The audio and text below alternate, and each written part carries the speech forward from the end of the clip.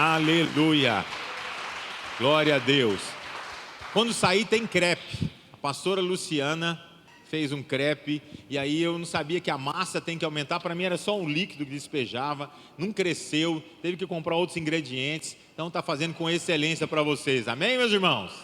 Glória a Deus. Pastor, fica à vontade.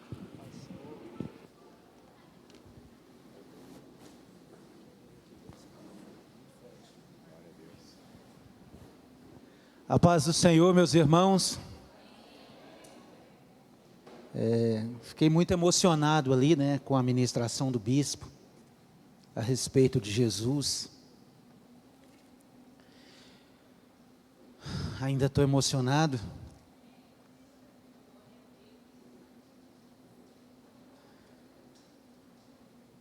Jesus, Ele cumpriu, toda a Escritura por nós. Eu acho engraçado que o cordeiro no Antigo Testamento, bispo, ele ficava alguns dias com a família, para ser exato 14 dias, dentro da casa. O cordeiro era trazido para dentro da casa, ficava 14 dias. E isso tem um significado muito forte. Primeiro era para que o pai da família pudesse ver se o cordeiro tinha algum defeito. E por que o cordeiro e não um bode? Já pensou em guardar um bode dentro de casa 14 dias? O cordeiro é um animal dócil, é o filhote de uma ovelha. Então, irmãos, os irmãos imaginam naquela Páscoa, depois de 14 dias, criança pequena apegada ao cordeiro, já tinha se tornado quase que um animal de estimação, e o pai ter que tirar ali o cordeiro, para degolar o cordeiro. Então, uma cena muito forte, que eu tenho certeza que marcou aquelas famílias. Jesus também teve um momento de ser avaliado se ele tinha alguma mancha, algum defeito. Ele foi levado perante Pilatos, e Pilatos o analisou, e procurou nele algum defeito, alguma culpa, algum crime. E a constatação foi: não vejo nesse homem nenhum crime, nenhum defeito, nenhum pecado para que ele mereça a morte. É por isso que nós estamos aqui. Nesse culto de ceia, eu não sabia que era o culto de ceia. Vamos trazer o cordeiro para nossa família, para nossa casa, e vamos amar cada dia mais o Senhor Jesus. Esse é um tema muito delicado de falar, família. Para trazer essa mensagem para os irmãos, há uns dias atrás eu tive que perguntar à minha esposa algo muito importante para mim poder ministrar uma palavra como essa. Eu perguntei para ela: Maria, como que você me vê como esposo?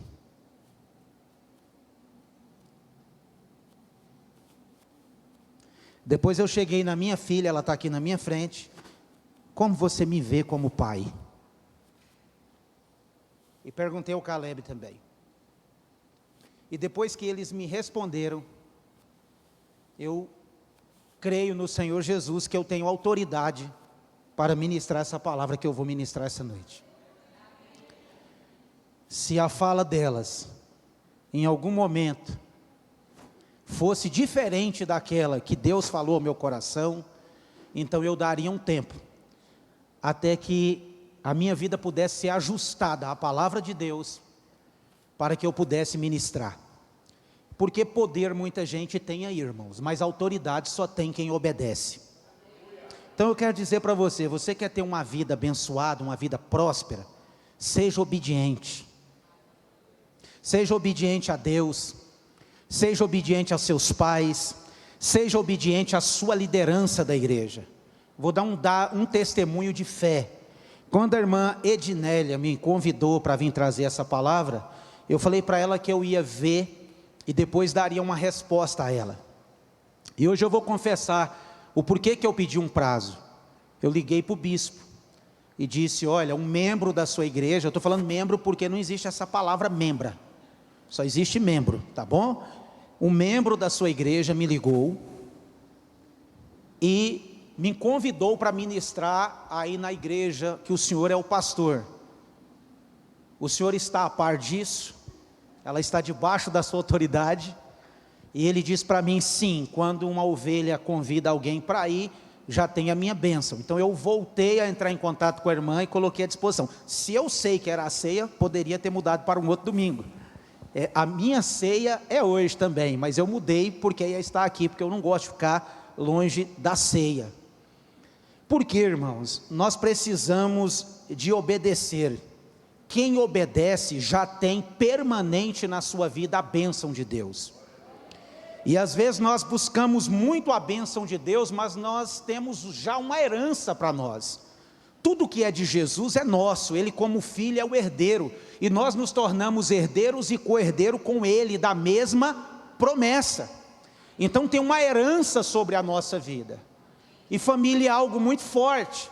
Eu sei que a minha filha vai ser uma excelente esposa, porque a mãe dela nunca me traiu.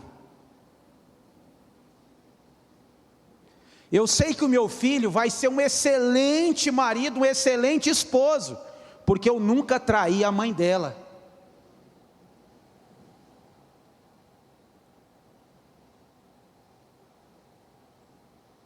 É o exemplo que eu quero deixar para a minha família. A irmã pediu para me dar uma pincelada sobre vida financeira, mas antes de eu entrar na palavra, eu sei o patrimônio de todo mundo que está aqui. Sei, inclusive o meu. E o patrimônio é muito simples de você saber o valor e o tamanho dele. Se você morrer agora, o que você leva? Esse é o seu patrimônio. Faz a conta aí agora. Então, você junta tudo e faz uma analogia. Se eu morrer agora, o que eu posso levar? Esse é o seu patrimônio. Alguém sabe aqui o que você pode levar quando você morrer? Quem sabe?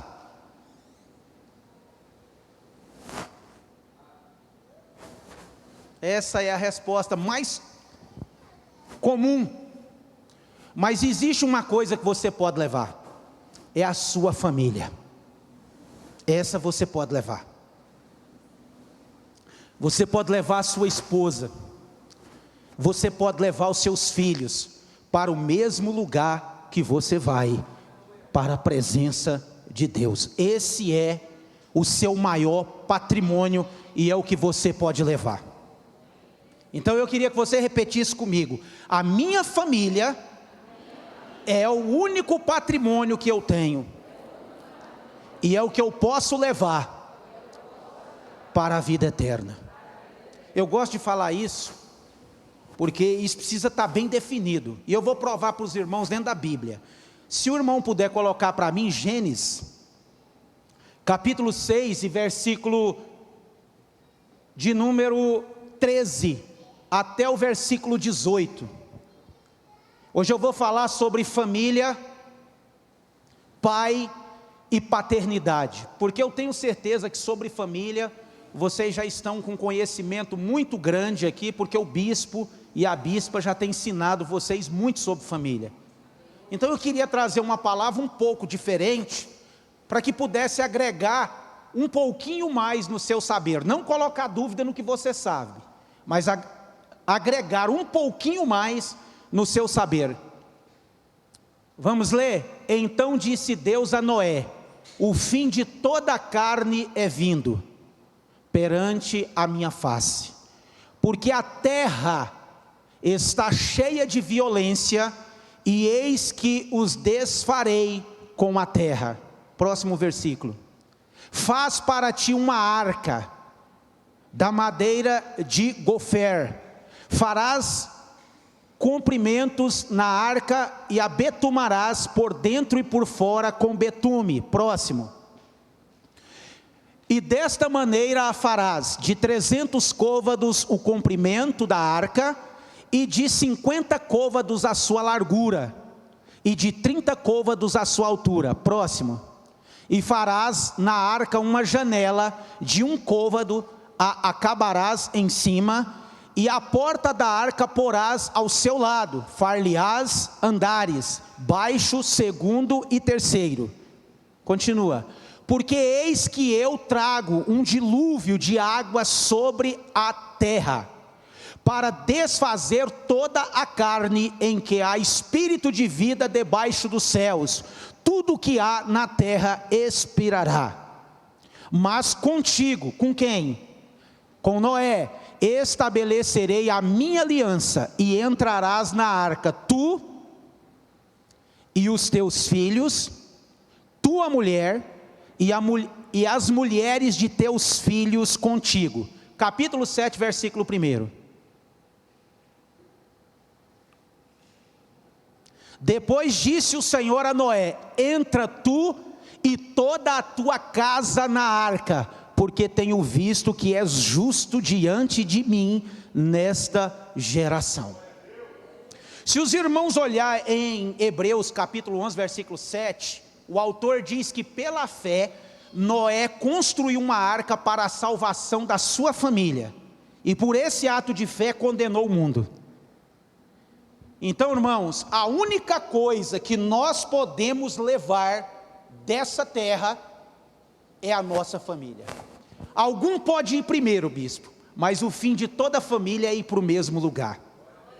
Agora, um testemunho de fé: Deus não disse que a mulher de Noé e os filhos de Noé eram justos diante dele. Estão entendendo? Mas a única pessoa que foi achada justo diante de Deus foi Noé. Então, quando eu olho para essa revelação, eu entendo que o plano de Deus para a salvação envolve toda a nossa família, nenhum fica para trás. Olha para a sua família aí, tem algum membro da sua família? Diga bem forte comigo: no plano de Deus para a salvação, ninguém da família fica para trás. Ninguém fica para trás. Foi por isso que o apóstolo Paulo falou para o carcereiro: creia no Senhor Jesus. Paulo conhecia a mulher do homem, conhecia os filhos, e será salvo tu e a tua casa. Foi por isso que Jesus disse para Zaqueu: hoje veio salvação a esta casa, porque o plano de Deus envolve toda a família, ninguém fica para trás. Fé. Pastor, o senhor não conhece o meu filho, o senhor não conhece o meu esposo. Deus conhece. A promessa, diz Pedro, diz respeito a vós e a vossos filhos. Irmão, nós precisamos de crer na graça. Nós precisamos de crer naquilo que Deus fala. Eu sei que você não é perfeito, eu também não sou. Mas eu vejo que há muita dúvida no meio evangélico em relação à salvação. Se eu perguntar aqui, quem aqui crê que se Jesus voltar agora vai para o céu? Muita gente tem medo de levantar a mão. E por quê? Porque você confia mais nos seus erros do que na graça e do que Jesus fez na cruz. Nós precisamos de crer naquilo que foi feito. Pastor, o senhor não conhece? Irmão, se Deus falou, está muito claro: entra na arca, tu, tua mulher e teus filhos e as mulheres de teus filhos. Deus estabeleceu uma aliança com Noé, Deus tem uma aliança com o bispo, Deus tem uma aliança comigo, Deus tem uma aliança conosco. E o plano de Deus envolve a nossa família.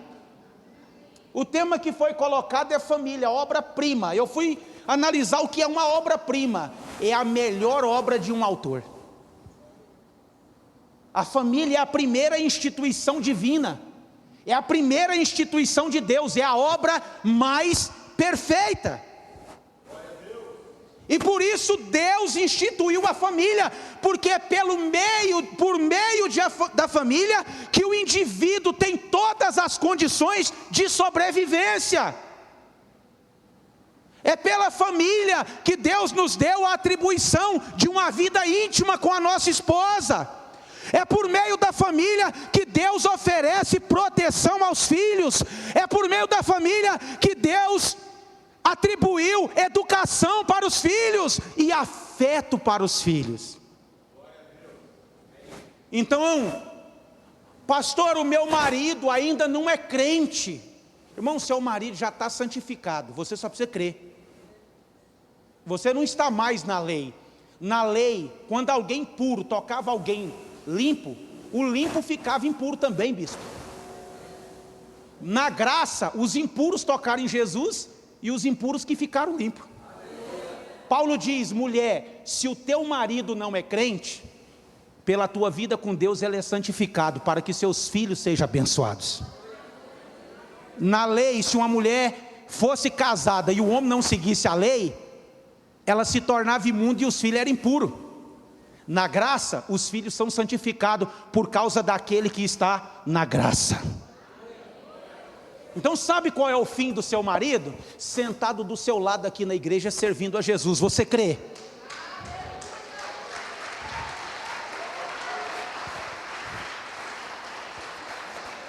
Pastor, o meu filho, o lugar dele é aqui. Deus vai salvar o teu filho. Mas como, pastor? Irmãos, como que os animais entraram naquela arca? A arca era o único meio de salvação. Como que foi que os animais entrou? Como? Deus falou assim, ó, deixa a porta da arca aberta e eu ordenarei os animais que entrem. Diga para a pessoa que está do seu lado: Jesus é a porta. Deus vai ordenar o seu filho entrar, a sua esposa entrar, o seu esposo entrar e os seus pais entrarem. Irmãos, isso é fé. Eu preciso de ter fé, eu preciso de crer, eu preciso de confiar. Eu vou falar algo muito forte para nós homens aqui. Irmãos, nós temos que ser exemplo de amor para a nossa família. Foi isso que eu perguntei para minha esposa, para minha filha. Tem muito pai mau, muita mãe má, muito marido mau, muita esposa má. E eu quero primeiro falar com os homens, com o pessoal da minha classe, os homens héteros aí, muito macho, cadê eles? Amém? Porque falar que é hétero aí em alguns lugares aí, está meio vergonhoso, hein? Cadê os héteros aí? Vamos dar um glória a Deus? Glória a Deus! Eu vou te dar 2 motivos em relação à tua esposa para você tratar ela bem e amar. Primeiro, é mandamento. E segundo, você quer matar a fé do seu filho? Trata mal a sua esposa. Eu vou perguntar para o Isaac que está aqui. Isaac, aqui dentro, qual é a mulher que você mais ama? Ficou difícil. Foi de propósito. Foi de propósito.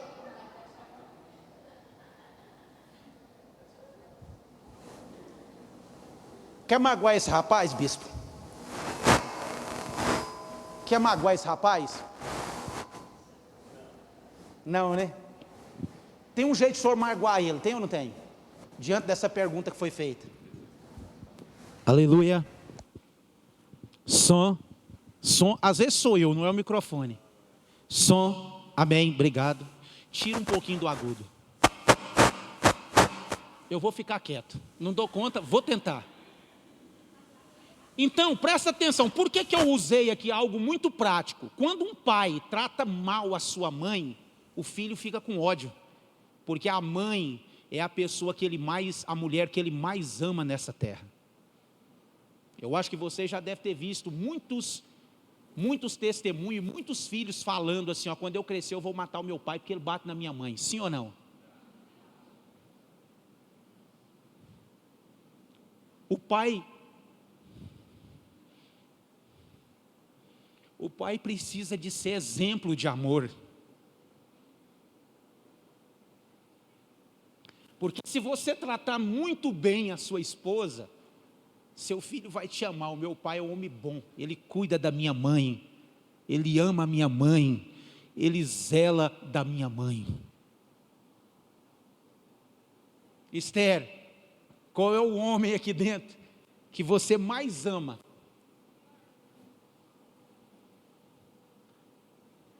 Amém. Quando você arrumar um namorado, eu vou perguntar de novo. Então, para as mulheres que estão aqui, as esposas, trate bem o seu marido. Porque a sua filha, a irmã está emocionada aqui, você vai me fazer chorar. Eu já estou querendo chorar, eu sou mole, eu já chorei com o bispo, eu e o bispo é chorão, nessas reuniões aí, a gente chora.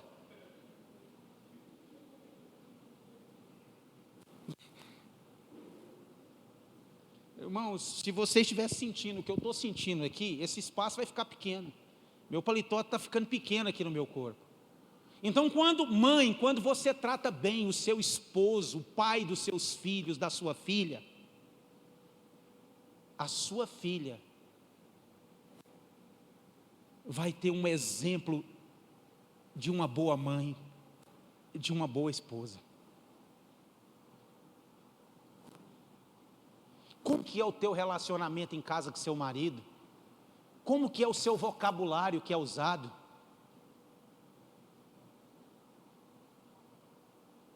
Esposo, você que está aqui, a Bíblia diz assim, ó, amai a tua esposa como o seu próprio corpo. Quem ama a sua mulher, ama a si mesmo, porque foi assim que Cristo amou a igreja, entregando a sua vida por ela. E assim deve os maridos amar suas mulheres, é um amor sacrificial, é um amor de renúncia, é um amor que está disposto a sacrificar a sua vida pelo bem-estar da sua esposa.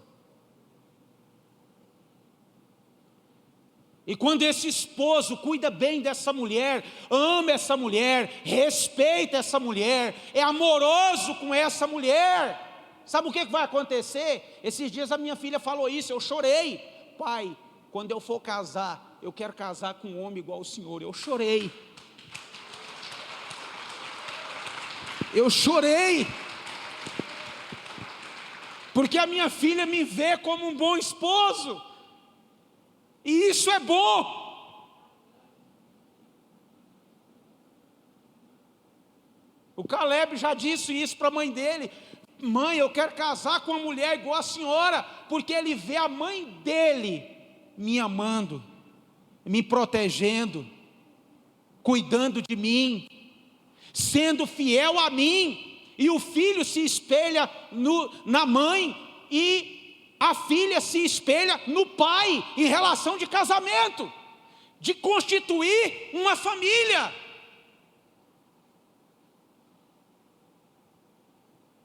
O bispo disse aqui que a mulher sábia edifica a sua casa. Pedro tinha esposa, por mais que a igreja católica disse que não, mas ele tinha. Jesus fez uma obra maravilhosa para Pedro, curou a sogra dele. E Pedro disse assim, olha o que Pedro diz, lá em 1 Pedro capítulo 3, mulher, se vocês têm algum marido descrente, por causa do seu procedimento, você vai ganhar ele sem nenhuma palavra. Cadê as mulheres aqui que os maridos não é crente? Quer ganhar seu marido? Fique calada. Tem coisa melhor do que isso? E para aquelas que o marido já é crente, tem hora que tem que ficar calada também.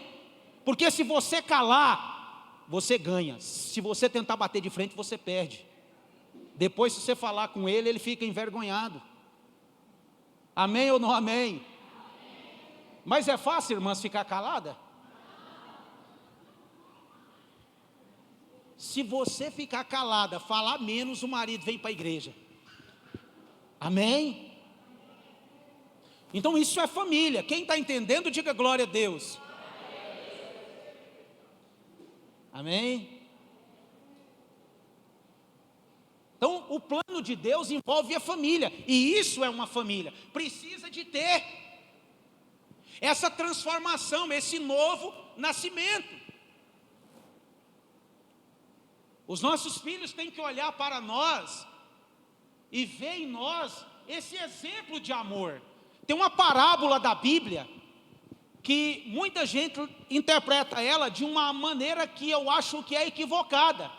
A parábola do filho pródigo, do filho perdido.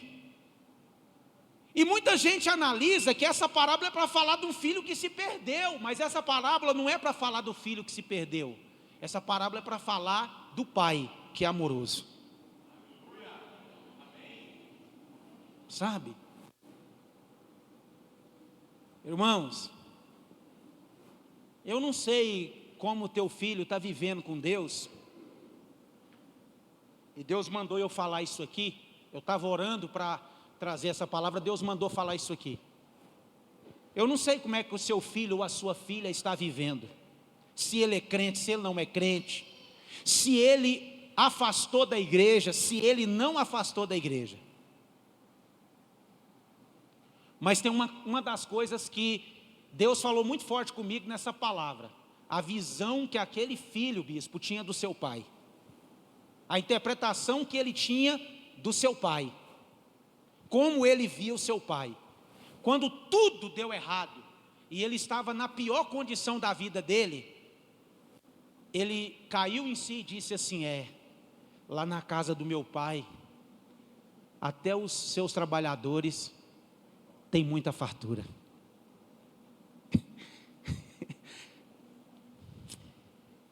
Isso é forte. Qual é a visão? Meu pai é um homem bom, é um homem provedor, é um homem amoroso.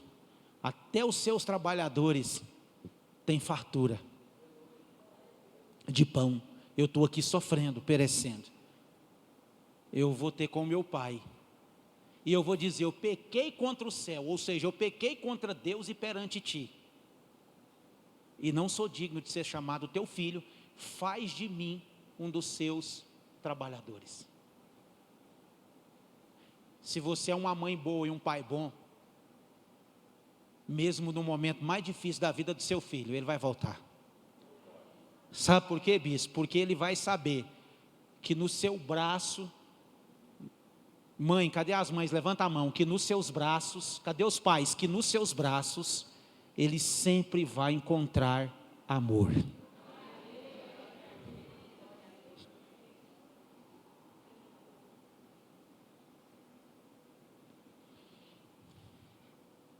E ele foi.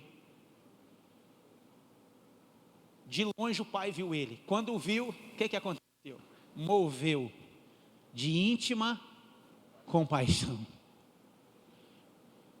É filho. Diga: filho é filho em qualquer circunstância. Diga: quando me obedece, quando me desobedece. Quando obedece a Deus e quando desobedece a Deus. Repita comigo: um pai amoroso jamais negará o seu filho. Diga: uma mãe amorosa jamais negará a sua filha ou o seu filho. E ele voltou. O pai moveu de íntima compaixão, correu até ele e abraçou e deu um beijo. Quando o filho disse: pai, eu pequei contra o céu e perante ti, não sou digno de ser chamado seu filho, fazei de mim um dos seus trabalhadores. A resposta do pai foi: traga um anel de ouro e coloca no dedo dele. Coloque um sapato novo no pé, vestes novas, e tem uma coisa: mate o boi, porque hoje tem churrasco, hoje tem festa. O meu filho já estava perdido, mas hoje ele foi encontrado. Estava morto e reviveu. Eu não estou falando de você concordar com os erros do seu filho. Eu estou dizendo de você dar uma oportunidade para ele para voltar. Porque em você, como pai e mãe, ele vai encontrar afeto, ele vai encontrar amor. Eu pedi autorização à minha filha para falar isso, porque eu não ia expor ela aqui. Eu tive um momento muito difícil com a minha filha, e isso por uns 4 anos. Hoje ela está com uma idade assim, de adulto. Eu não vou falar idade, mulher não gosta que fala idade, eu não vou ser deselegante. Mas ela tinha algumas convicções muito difíceis. Um dia eu disse para ela algo muito forte. Eu disse: minha filha, o que o pai percebe é que Deus não é a prioridade da sua vida. Deus não está em primeiro lugar na sua vida. Mas eu queria te dizer que quando Deus não está em primeiro lugar na nossa vida, Ele não está em nenhum outro lugar, porque Ele só aceita o primeiro lugar. E muitas noites, até madrugada, eu pregando para ela, a mãe dela deitada, e eu falando da Bíblia para ela, porque a escola foi criando uma militância na cabeça dela. E um dia ela foi para o quarto e voltou chorando e falou assim: pai, por causa disso tudo eu queria te perguntar algo. O senhor me ama? E eu disse: filha, o pai te ama incondicionalmente. Eu sempre vou te amar. Você é minha filha. E hoje a minha filha serve a Deus, é uma bênção em casa, é uma bênção como filha, e é uma bênção na igreja. Eu orei muito, e depois que ela teve essa experiência, ela passou um momento de provação muito grande, e eu disse para Deus, falei: Senhor,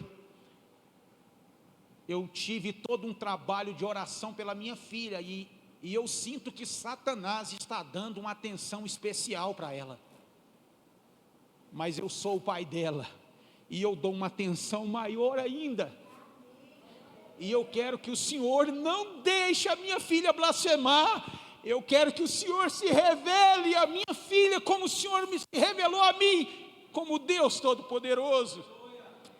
E Deus ouviu a minha oração, e Deus se revelou a minha filha, e fez um milagre na vida da minha filha.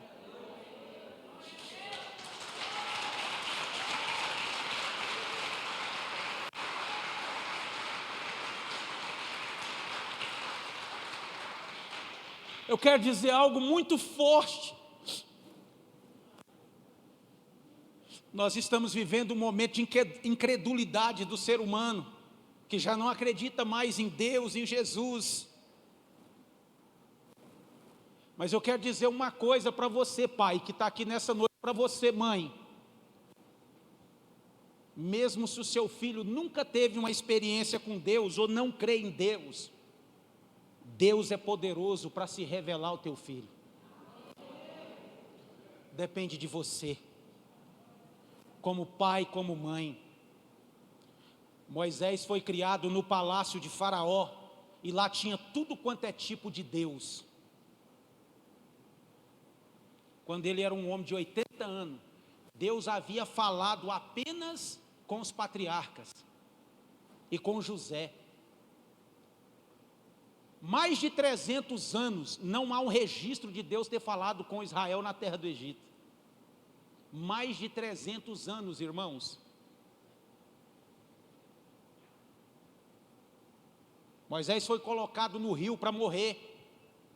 A filha do faraó encontrou, e a mãe dele cuidou dele.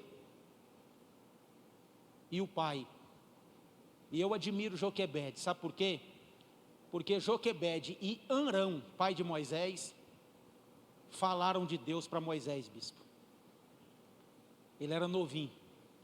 Quando Moisés tinha 80, criado no meio de toda a cultura egípcia, com todos os deuses, ele tinha 80 anos de idade, e estava apacentando ovelhas, e chegou ao pé do Sinai, e entrou numa caverna. Uma das coisas mais lindas da Bíblia, que eu garanto que Deus vai falar com seu filho e se revelar a ele, essa passagem. Deus disse assim: Moisés, eu sou o Deus de teu pai. 2 pontos.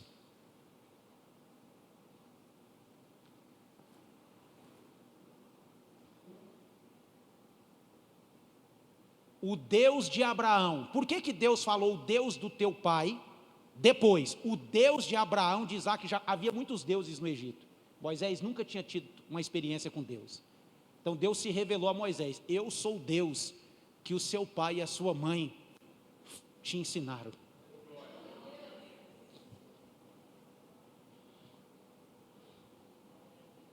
Eu sou o Deus de Abraão, eu sou o Deus de Isaac, e eu sou o Deus de Jacó. E Deus falou de uma maneira, bispo, científica. Porque Deus deu provas que Ele era um Deus. Os irmãos sabem que o fogo, ele depende de 3 elementos para existir: o combustível, o comburente e o oxigênio, sim ou não? Todo homem dos dias de Moisés sabia que o combustível era o quê? Madeira. E quando ele olhou o arbusto, o fogo queimava o arbusto, mas o arbusto não queimava. Entendeu agora? Quem está entendendo? O combustível, que era o arbusto, ele não se consumia. Então, olha aqui, peraí, para o fogo existir, isso aí tem que queimar. O fogo continua queimando, mas o arbusto não é queimado. E aí Deus falou com ele daquela chama de fogo. Deus se revela aos nossos filhos. Deus disse a Salomão: eu sou o Deus de Davi teu pai. E quando Salomão fez tudo errado, ele falou assim: ó, eu vou ao meio, mas não vou fazer nos teus dias, por amor a Davi seu pai. Entendeu aí, Isaac? Por amor desse homem, muita coisa não vai acontecer na sua vida. Sabe por quê? Porque o seu pai serve o Senhor. Você serve, mas o seu pai serve o Senhor e tem te ensinado a servir o Senhor. Amém, bispo? É por isso que Deus curou você, meu filho. Deus mandou falar isso aqui, está vendo? E Ele mandou me falar lá na igreja, quando eu estava orando. Para você fazer para a bispa, e para você fazer para os seus filhos e para essa igreja. Por amor a você, e por amor à sua família, o Senhor te curou, você está 100% curado. Isso conta diante de Deus. Por isso que eu digo, um dia todos nós vamos partir, mas nós vamos levar conosco a nossa família, vai junto. Porque o dia que se cumprir os dias dele na terra, se não acontecer o arrebatamento da igreja, nós vamos estar todos juntos na presença de Deus, sim ou não? Então a nossa família precisa de ser cuidada, zelada, dessa maneira. Nós precisamos de que os nossos filhos olhem para nós somos um exemplo de amor,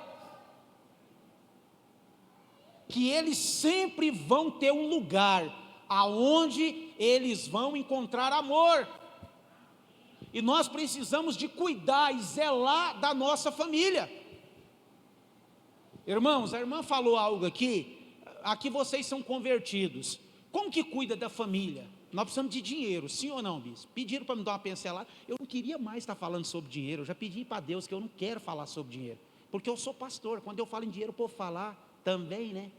Vive do dinheiro dos irmãos, por isso que tem dinheiro. Aí eu falei para Deus, quanto mais eu não quero. Aí esse dia minha esposa foi orar, falou: ó, Deus mandou falar para você que não é para você parar de falar de dinheiro, não, é para você ensinar o povo dinheiro. Então dinheiro, para que Deus te dá dinheiro? Diga assim: para que Deus me dá dinheiro? Tem 3 propósitos: servir o reino.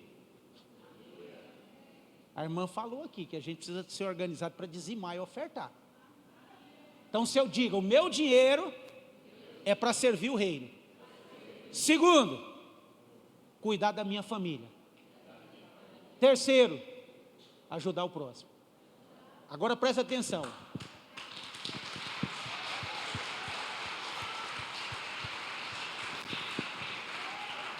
Agora presta atenção. Você não tira de Deus para cuidar da sua família, e não tira da sua família para ajudar o próximo.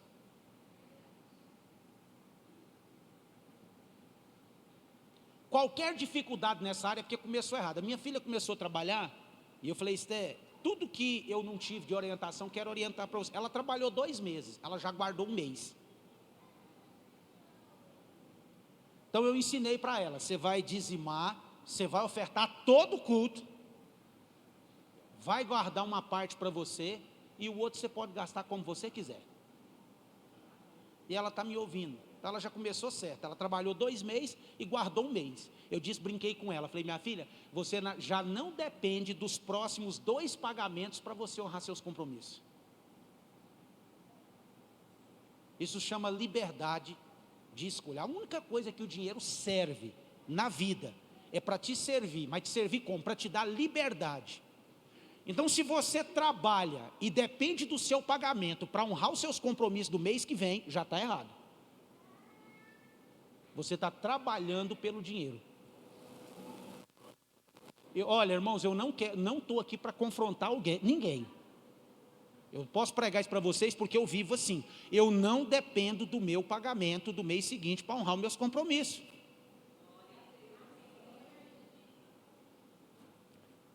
Então, a primeira prioridade, quando você recebe, o problema nosso, sabe o que é? Eu ensinei isso para minha filha. Começou a trabalhar, todo mundo quer gastar, não quer? Ele gasta primeiro e depois ganha para pagar. O certo é ganha primeiro e depois faz as outras coisas. Amém? Quem está entendendo, diga glória a Deus. Eu já estou fechando a mensagem já. Então, recebeu, você vai tirar o de Deus, você vai tirar uma oferta para Deus. O dízimo vai proteger sua vida financeira. E a oferta vai te colocar milionário. A oferta multiplica. Amém. Então você vai tirar uma pequena parte e vai colocar numa poupança. E o outro você vai cuidar da sua família. Amém? Aí você vai dar prioridade para a família. Você vai agradar a esposa. É muito fácil agradar a esposa. Você quer um envelope? Não? Você vai arrumar um envelope. É fácil agradar a mulher. Você vai pegar uma notinha de um lobinho guará, que agora tem o lobinho guará, né? Você coloca um lobinho guará ou uns 5 lobinho guará dentro do envelope, dá para ela. Ela fica feliz. É fácil agradar a esposa. Amém? Você vai cuidar da sua família. Você vai ter sempre um dinheirinho para dar para sua esposa. Mesmo que você paga todas as contas dela, mas você vai dar um dinheirinho para ela todo mês, para ela ficar feliz. Toda vez que um filho seu chegar em você e falar assim: pai, você tem dinheiro? Você vai dizer: tenho. Se você guardar um pouquinho, você vai poder dizer, nem que seja R$1 na poupança, mas você tem. Porque os nossos filhos crescem traumatizados, porque o pai é o homem do não. Pai, você tem dinheiro? Não. Pai, o senhor pode fazer? Não. Quando é fé, o nome do menino? Não.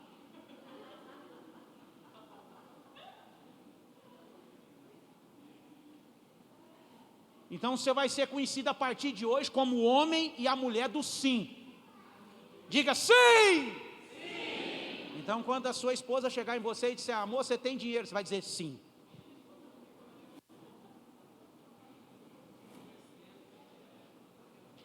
Pega a unção aí, é dobrada.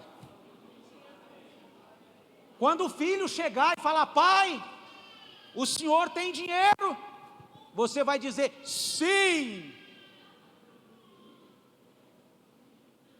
Poxa, meu pai tem dinheiro. E aí eu vou te ensinar a frase do mistério, que eu sofri muito e aprendi. Aí a mulher vai falar: você tem dinheiro? Você sim. Aí ela vai falar assim: eu preciso de R$1.000, R$500, R$200, R$50. Eu preciso de R$40. Quanto que é uma manicure e pedicure aí? 50? Eu preciso de R$50 para uma manicure e pedicure, né? Às vezes ela precisa para isso. Ela fala assim: eu preciso de R$50. Você fala: para quê? Nunca pergunta para quê. Se tem uma coisa que mulher fica, sabe, ela desce do salto, é quando você pergunta para quê. Para quê? Ela dá vontade dela falar feliz. Para quê? Para quê? Então, diga comigo assim: o dinheiro não é meu. Diga: o dinheiro é da família. Teve um pastor que me pediu uma oferta semana e ele escandalizou. Ele falou assim: pastor, o senhor pode me dar uma oferta? Eu falei: quanto que é? R$1.250. É uma boa oferta, né? Eu falei: irmão, poder até eu posso, só tem um problema. Qual? Eu tenho que falar primeiro com a minha esposa. Então o que o cara achou, bispo, quando eu falei isso? Que eu sou mandado pela mulher.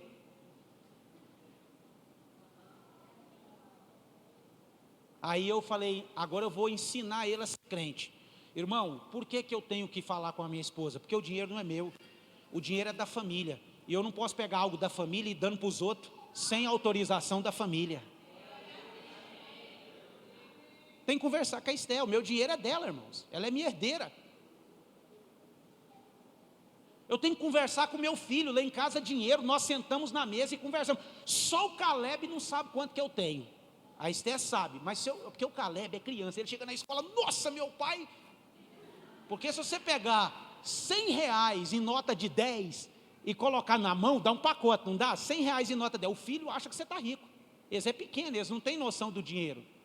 Então eu não deixo saber. Esse dia eu abri um aplicativo e ele tentou olhar, pai, e aí eu falei, não senhor, isso aqui é outra coisa que você está vendo. Mas ele sabe que eu tenho dinheiro. Hoje ele tem roupa. Aí a mãe dele falou assim, não, a calça do Caleb está tão batidinha, e nós vamos lá na Luz para os Povos hoje, liga lá na loja e manda trazer uma calça. Está vendo para que dinheiro é bom?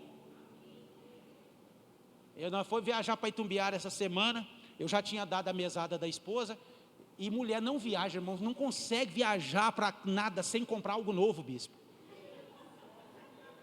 E aí nós foi na loja para comprar umas roupas para a Esté. Quando eu vi, a Maria já tinha comprado uma sandália, um vestido. E eu falei, Jesus, mas ainda bem que é mulher. E aí ela falou, vai lá e passa o cartão. Eu passei o cartão, ela, quando você me passar a mesada, aí o mês que vem eu te dou. Eu falei, não, eu vou te dar de presente. Amém? O Espírito Santo falou para mim, irmão, o homem tem que ser assim. Esses dias para trás, um testemunho de fé, bispo. Eu saí lá, assim, a minha cozinha fica na área, e eu olhei na minha pia, estava dessa altura de vasilha. A minha esposa é muito aciada, mas ela estava numa correria, mexendo com tanta coisa. Ela é uma das líderes da UFEBRAC no estado de Goiás, e ela naquela correria, eu estava estressado, e eu resolvi orar, falar com Deus. E é bom que quando você fala com Deus, Ele fala com você. E eu saí lá fora, a Esté chegou do serviço cansado, eu olhei assim para o céu, naquela ira, estressado, e falei, Jesus, tem misericórdia. E aí o Espírito Santo falou comigo, Deus falou comigo por meio do Espírito. E ele falou assim, bispo, você está estressado? Eu falei, estou. E eu sou verdadeiro, falei, estou. Ele falou, então é fácil, pega uma bucha, o sabão, lava as vasilhas, lava a pia, lava o fogão, lava a cozinha todinha, e quando você terminar, você vai estar desestressado. Ele me condicionou a bênção.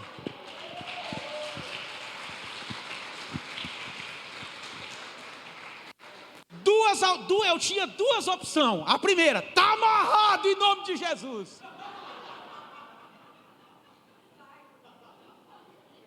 A segunda, não contei para... Você não conta umas coisas dessas para mulher.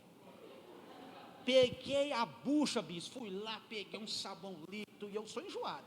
Lavei as vasilhas todinha, lavei a pia, lavei fogão, lavei tudo. E a mulher está lá na sala, só olhando o mistério. Tudo limpinho, 3 panos no chão para secar bem secadinho, para não ficar uma manchinha, com roda assim, ó, vindo de ré, para não pisar onde já passou o pano. Limpinho, limpinho, limpinho, limpinho, limpinho. E aí eu entrei para dentro, a Maria falou, o que foi que deu no você? Aí, não, eu conto, irmãos, eu sou homem. Eu falei, amor, eu não queria te falar, não, mas eu vou ter que falar. Eu estava num estresse, e Deus falou comigo para fazer isso que ia acabar. Irmãos, quando terminou, eu estava sem estresse. Todo mundo que está aqui é maior de 18 anos? Aí, presta atenção, diga, quem obedece, tem a bênção. Tudo bem, a mulher deu um sorrisinho ali, maroto, tal, eu fiquei de boa, tomei um banho, beleza, resolvi as coisas do dia. De noite, na hora de dormir, a coisa rendeu, irmãos.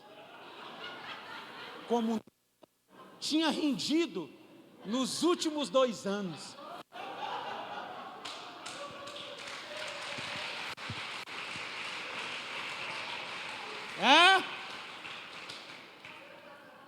Eu falei, Jesus, mas que unção dobrada do Espírito é essa? Aí sabe o que ele falou para mim? O Isaac está aqui balançando a cabeça. Isaac, você vai casar, você vai ver. O Espírito foi, aí Deus falou comigo de novo, tá vendo? Acabou o estresse, mulher feliz, tudo feliz. Amém? Então cuide, guarda um dinheirinho. Eu vou dar um dado aqui para os irmãos, e aí você pensa nisso. Segundo o Banco Central do Brasil, 97,5% da população do Brasil não tem R$ 2.000 na poupança de reserva. Provavelmente eu estou falando com muita gente aqui que não tem.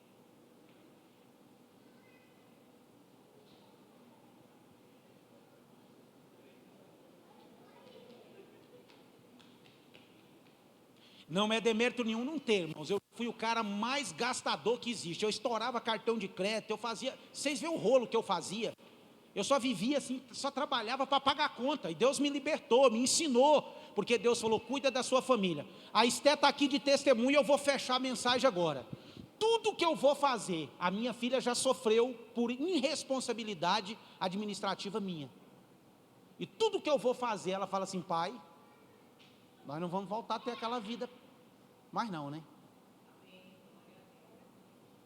Aí eu digo, não, minha filha, seu pai fez uma oração a Deus e falou para ele que falei, Deus, se o Senhor me ajudar a sair dessa situação, eu nunca mais faço isso de novo, e nunca mais vou fazer, a minha família nunca mais vai sofrer por causa de irresponsabilidade financeira minha. Amém? Agora eu vou falar uma coisa para vocês. Se vocês colocarem em prática o que eu falei, vocês vão prosperar. Agora um outro perigo de prosperar, a avareza. Tudo que você pode levar é só a sua família, entenda isso. Dinheiro é bom servo, nunca senhor. A única coisa na Bíblia que foi atribuído para ser senhor, além de Deus, foi dinheiro. E quando você começa a guardar dinheiro, você vai ficando meio avarento. Porque você vai vendo a bola de dinheiro aumentando, e aí você fica assim, atrás de meta, e aí a mulher quer um dinheiro, você já não sai mais para comer uma pizza, você já não quer gastar dinheiro. Dinheiro é para gastar, irmãos. Amém? Dinheiro é para quando você precisar. Eu tive um convite agora, o cara falou, estou precisando de 10 homens para ir comigo em Israel no mês 6 do ano que vem. Eu falei, quanto que é a passagem? $3.700, dá uns R$18.000 hoje. Eu falei, então, você já tem um homem, eu vou para Israel. Eu falei para Deus que eu ia. Eu fiz um planejamento para ir. Você vai guardando dinheiro, você não pode ter dó de dinheiro. Eu tinha um carro até bom, comprei um outro carro agora, porque ele atende a necessidade que eu queria. E o irmão falou para mim assim, bispo, pai, você vai sair de um carro novo para comprar um carro usado? As pessoas vão dizer que você está quebrando. Eu falei, não, eu vou ficar mais rico agora, porque eu vendi o carro à vista, ele estava quitado e investi o dinheiro. Comprei outro carro, um carro mais simples. Eu tenho metas na vida para ser alcançada, mas isso é ao longo de um processo de tempo. Então, quem aqui quer uma bênção financeira para a sua vida hoje, porque a família eu sei que é abençoada, você vai colocar em prática. Eu queria que ficasse de pé e eu vou concluir. Quero chamar o bispo aqui.